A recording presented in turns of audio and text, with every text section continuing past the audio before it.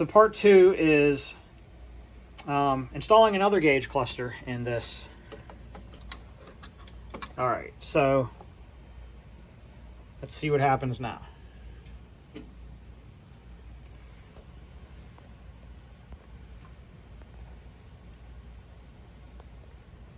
All right, so if you notice, this gauge is this gauge is more dampened. That other gauge I had was very erratic. The fluid dampening in it has worn out.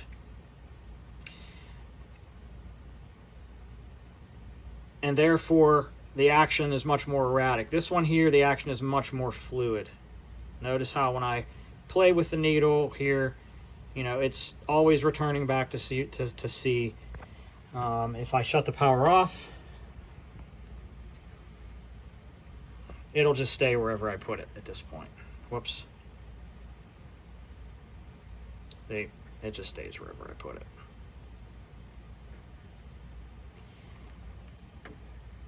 Turn the power on. We go back down to C. So let's short this to ground again, as the bulb test would do. And you'll notice a slightly different behavior with this gauge. See, it doesn't bang because it's dampened. Sorry, you can't see what I'm touching here. I'm touching this yellow jumper that goes to the blue wire in the back of the gauge cluster. Touching it straight to ground. And notice how the sweep action is much less erratic. It's dampened. It's dampened with some sort of a fluid, and it doesn't bang. If we could figure out how to restore that functionality onto the damaged gauge, that would be great. So let's hook this up to the potentiometer here. Go off, because see, its resting position is below C. So let's try a quick calibration of this particular gauge, what I call calibration. And that is, let's put this right on the C mark while the voltage is biasing it, and confirm that movement returns it back to C. All right, that looks pretty good, huh? So let's reconnect the pot, turn this down. Whoop, turned it down too much. It's a fine adjustment. So, sorry, I was out of frame there. I'm just turning this down ever so slightly.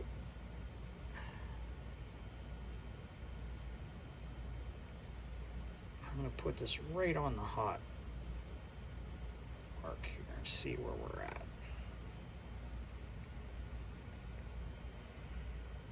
10K pot, so you only have to move the pot tiny increments to get any kind of deflection here.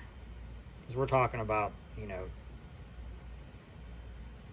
small increments on the gauge of, you know, ohms. This pot has a much bigger range than the gauge has, so that's why that's happening that way. Okay, so we're on hot.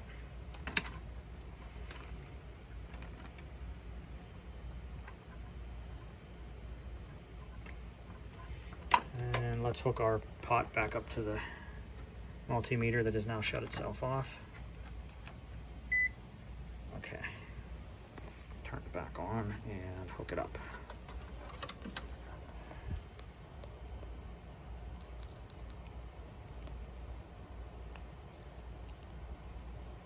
Oh, how about that?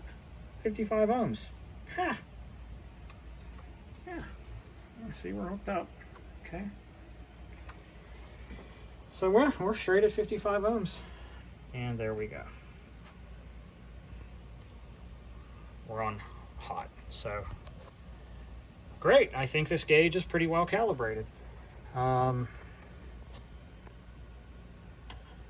me unhook this and I'll show you. We go right back down to C. Completely open circuit, takes it down to C. Again, if the sensor was disconnected on the block, or the sensor failed in some way open, or the wire was open, the gauge still should not fall below C.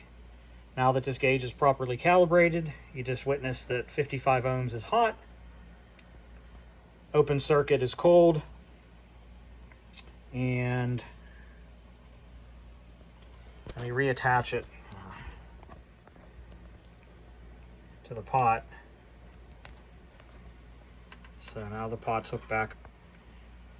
Okay, so the pot's hooked back up. I'm going to turn it down to cold. And let's see at what position it stops falling.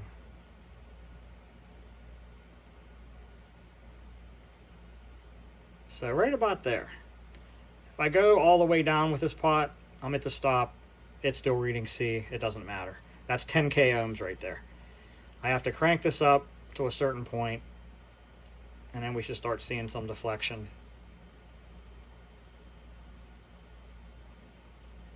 Yeah, see, there's where the deflection is. So I'm expecting this pot to be around 1K, 1.5K right now. I don't think that's critical. I think the critical one is 55 ohms hot, and let the gauge naturally fall down to C on an open circuit. That tells us all we need to know. All right, so yeah, so we're at 2K here on the meter, and the gauge is disconnected, so it's not gonna, that's not an issue. But we're at 2K, so we're slightly below the 1.5K in the FSM, and that was resulting in the meter being, or the gauge, the temperature gauge being on C. So I think I've kind of pounded the concept into the ground here. I think we all know how the gauge works, hopefully, and how to do out-of-car diagnosis. You can even do it in-car diagnosis as well. This was just more of an in-depth, deeper dive. Oh, and look, back to 108 on the odometer. Anyways, yeah, so this is a properly functioning gauge. The first gauge I demonstrated was not properly functioning. It was out of a 9C1 car. That gauge was just a basket case. It was just all out of calibration. It was spinning on the shaft. This one has the dampening still left in it, and I think this came out of a civilian car, possibly a Caprice wagon. And it's working normally. It has the correct dampening effect. It moves slowly instead of banging around. The bulb test doesn't bang it to the right side hard and then back to the left side. This one's, just in much better shape than the other one I showed you, the 9C1 gauge I showed you earlier, that was just erratic and spinning, coming out of calibration every time it would bang one side to the other. And hopefully this test also helped you understand that this gauge should never sit below C. Electrically, it is impossible. All right, guys, that's all. Take care. Bye-bye.